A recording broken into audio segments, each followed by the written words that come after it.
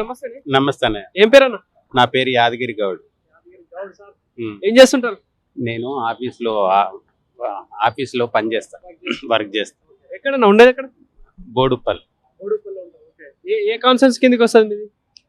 మాది బోడుప్పల్. అక్కడ ఉప్పల్ కిందకి వస్తుంది. అంటే అక్కడ అంటే ఇక్కడేమో అనుకుని అడిగినాను. కాదు బోడుప్పల్ మాది. అక్కడ ఉప్పల్ కాన్సెన్స్ ఎమ్మెల్యే ఎవరు? మాకు ఎమ్మెల్యే ఆయన కాదు, ఆయన పేరు సరిగ్గా ఐడియా లేదు. సో అంటే ఇప్పుడు రాష్ట్రంలో కాంగ్రెస్ గవర్నమెంట్ నడుస్తా ఉంది, 2.5 సంవత్సరాలు అయితా ఉంది కాబట్టి ఎట్లా అనిపిస్తా ఉందన్న అసలు ప్రభుత్వం పాలన? ఎట్లా అనిపిస్తుంది అంటే ఇక అందరికి ప్రజానికానికి తెలుసు కదా, సంక్షేమ పథకాలు అయితే అమట్లు అవ్వట్లేదు, అన్ని చేస్తున్నాం అనేసి రేవంత్ రెడ్డి గారు చెప్తున్నారు. కానీ గ్రౌండ్ లెవెల్కి అయితే ఏం అందట్లేదు. ఇప్పుడు 6 పథకాలు అమలు చేస్తా అన్నాడు, 420 హామీలు ఇచ్చిండు, ఏది చేయటం లేదు. అప్పుడు అనేసి చెప్తున్నారు. ఒక యూనిటీ అనేది లేదు. ఒక్కొక్క మంత్రి ఒక్కొక్క మాట, రేవంత్ రెడ్డి గారు ఒక మాట మాట్లాడితే మంత్రులు ఒక మాట, అది యూనిటీ లేని గవర్నమెంట్ అయిపోయింది. ఉద్యోగాల విషయంలో, నిరుద్యోగులకు సంబంధించిన ఉద్యోగాల విషయంలో కూడా ఒకరు 70 అంటారు, ఒకరు 60, 90 లక్ష ఎవరికి నచ్చాడో అలా చెప్తారు. అదే ఇప్పుడు ఏం చెప్తున్నారంటే యూనిట్ లేకుండా అయిపోయింది, ఒక్కొక్క తీరుగా చెప్తున్నారు. మాకు అప్పులు అనేది పెద్ద మాట కాదు, మేము 18 గంటలు కష్టపడ్డాం అనుకోండి, మేము దీన్ని మొత్తం అవలీలగా మేము తీర్చిపడేస్తాం, సంక్షేమ పథకాలు అన్ని ఇస్తాం అనేసి ఫస్ట్ రేవంత్ రెడ్డి గారు చెప్పడం జరిగింది. ఇప్పుడు బడ్జెట్ లేదని మాట్లాడతాం, బయటకు పోతే అప్పు పుడతలేదు, డబ్బులే లేవు అని చెప్పేసి మాట్లాడతాం. నమ్మొచ్చు? బడ్జెట్ లేదు అని అంటే కాంగ్రెస్ గవర్నమెంట్ ఇప్పుడు కొత్తగా రాలేదు, సెంట్రల్ లో ఇన్ని సంవత్సరాలు గవర్నమెంట్ ఉన్నది. తెలంగాణ ఎంత లో బడ్జెట్ లో ఉంది ఏం కథ అనేది మొత్తం టోటల్ ఎలక్షన్స్ రాకముందుకు, పోటీ చేయకముందుకు హామీలు ఇచ్చినప్పుడు వాళ్ళకి తెలుసు తెలంగాణ పరిస్థితి ఏంటిది అనేది. తెలంగాణ పరిస్థితి ఎలక్షన్స్ రాకముందుకు మన తెలంగాణ బడ్జెట్ ఎంత, తెలంగాణ ఎంత అప్పులలో ఉంది, మనం ఎన్ని హామీలు ఇస్తే నెరవేర్చగలుగుతాం, ఈ హామీలకు ఎంత అమౌంట్ అవుతుంది అనేది టోటల్ గా గవర్నమెంట్ కు తెలుసు. కానీ ఇచ్చేద్దాం తర్వాత చూసుకుందాం అనేసి ఇష్టం వచ్చినట్టు హామీలు ఇచ్చి అధికారం రావడం కోసం చాలా చేశారు. ఇప్పుడు చేయనికి యాక్చువల్ గా అమౌంట్ అయితే ఉన్నది లేదనేది, అమౌంట్ లేకున్నా కూడా మనం ఏదన్నా మనకు అమౌంట్ వచ్చే విధంగా ఏదన్నా చేసుకొని అమౌంట్ రాబడి వచ్చేటట్టు చేసేసి పథకాలకు అమలయ్యేటట్టు చూసుకోవాలి. ఏమున్నా గవర్నమెంట్ ల్యాండ్స్ అమ్మడం, వేలం లేయడం, ఇవే చేసేసి గవర్నమెంట్ నడిపిస్తున్నారు. గతంలో గవర్నమెంట్ తెలంగాణను తాగుబోతు తెలంగాణ చేసిందన్న రేవంత్ రెడ్డి ఇవాళ తెలంగాణలో ఓన్లీ లిక్కర్ మీద ఆధారపడితే, లిక్కర్ షాప్ బంద్ అయితే గవర్నమెంట్ బంద్ అయ్యే కాడికి వచ్చేసింది.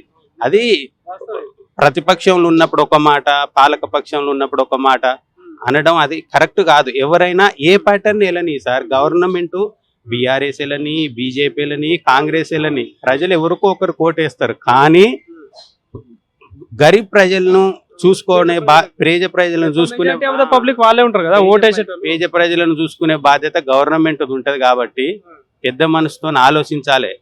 అదేంటిదంటే ఈ రోజుల్లో ముఖ్యమంత్రి పదవి ఎవరికి శాశ్వతం కాదు. మనం ఉన్న పీరియడ్ లో మనం ఏం చేశాము అనేది కావాలి.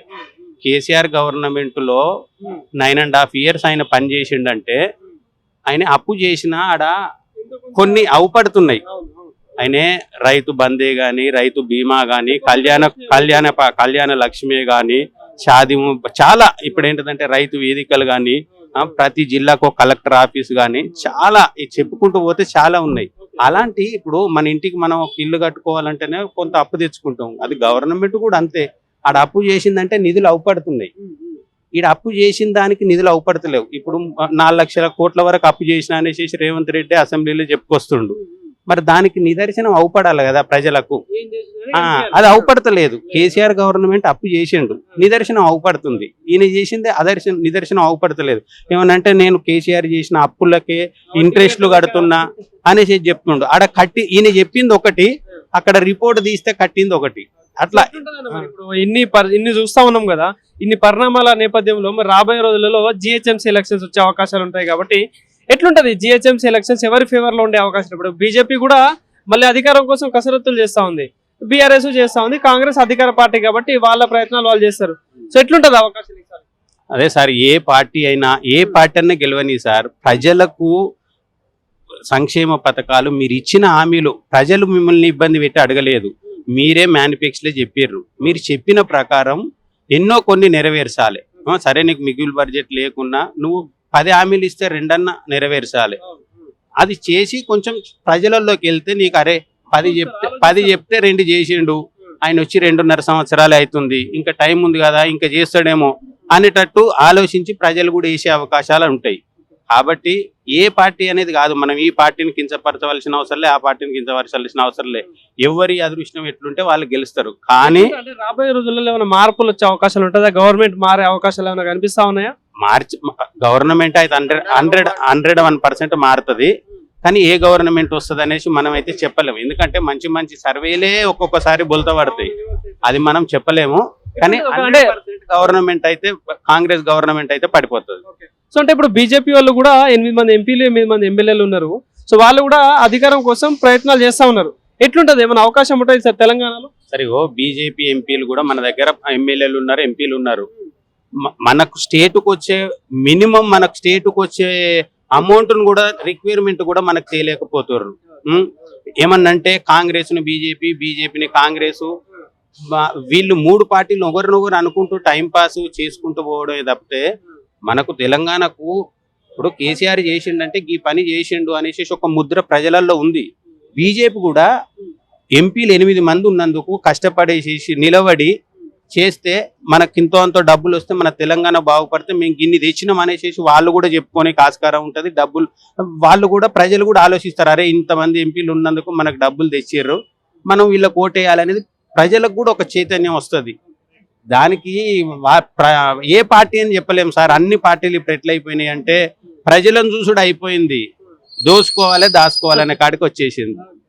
అది సార్. ఎందుకంటే దయచేసి అన్ని పార్టీలు ఆలోచించేది ఒకటే, గరీబ్ కుటుంబాలను రోడ్డు వేయకుండా హైడ్రాను దయచేసి మీరు విరమించుకొని గరీబ్ ఏ పార్టీ అన్నా కానీ విద్యా వైద్యం మీద ఫోకస్ చేసేసేసి విద్య కొత్త రూల్స్ మారుస్తున్నాడు. అక్కడ స్టడీ చెప్పనీకి ఇక్కడ మా ఎవరు విద్యార్థులకు చదువు చెప్పనీకి అక్కడ టీచర్స్ లేరు, కాలేజీలలో ప్రిన్సిపాల్ లేరు, లక్షలలో ఫీజులు తీసుకుంటున్నారు.